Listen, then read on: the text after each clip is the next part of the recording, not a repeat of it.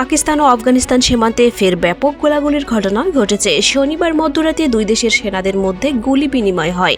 নিজেদের মধ্যে শান্তি আলোচনা ব্যর্থ হওয়ার পর তারা একে অপরের দিকে গুলি ছুড়েছে। গোলাগুলির ঘটনা নিশ্চিত করেছে দুই দেশ, তবে তাৎক্ষণিকভাবে কোনো হতাহতের খবর পাওয়া যায়নি।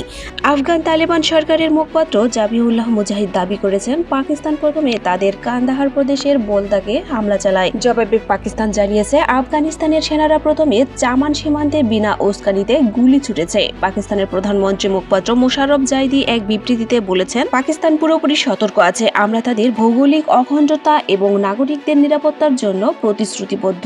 2 দিন আগে সৌদি আরবে আবারও শান্তি আলোচনায় বসেছিল ইসলামাবাদ ও কাবুল, কিন্তু এতে কোনো ফলাফল আসেনি। এরপর দুই দেশের নিজেদের মধ্যে যুদ্ধবিরতি অক্ষুণ্ণ রাখার প্রতিশ্রুতি দিয়েছিল, কিন্তু এর মধ্যেই সীমান্তে ব্যাপক গোলাগুলির ঘটনা ঘটল। গত অক্টোবরে দুই দেশের মধ্যে প্রথম সরকারি সংঘাত হয়। এরপর কাতার ও তুরস্কের মধ্যস্থতায় এটি থামে। কিছুদিন পরিস্থিতি শান্ত ছিল।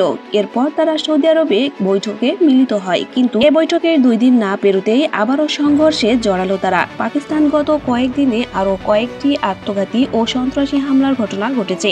দেশটি দাবি করেছে, আফগানিস্তানের নাগরিকরা তাদের নিজ দেশের মদদে এসব হামলা চালিয়েছে। তবে আফগানিস্তান এ দাবি প্রত্যাখ্যান করে বলেছে, পাকিস্তানের অভ্যন্তরে সন্ত্রাসী হামলার জন্য তাদের দায়ী করা যায় না। 2021 সালে মার্কিন ও পশ্চিমা সেনাদের হটিয়ে দিয়ে আফগানিস্তানের ক্ষমতা দখল করে তালেবান। এরপর গত অক্টোবর প্রতিবেশী পাকিস্তানের সঙ্গে তাদের সবচেয়ে বড় সংঘর্ষের ঘটনা ঘটে। এতে কয়েকশো মানুষের মৃত্যু হয়েছে। সুপ্রিয় দর্শক, এই ছিল আন্তর্জাতিক সর্বশেষ আপডেট। আমাদের পরবর্তী আপডেট সংবাদ পেতে ভিডিওতে একটি লাইক দিন এবং অনুরোধ থাকবে চ্যানেলটি সাবস্ক্রাইব করে বেল আইকনে ক্লিক করুন এবং মতামত কমেন্টে জানান। আল্লাহ হাফেজ।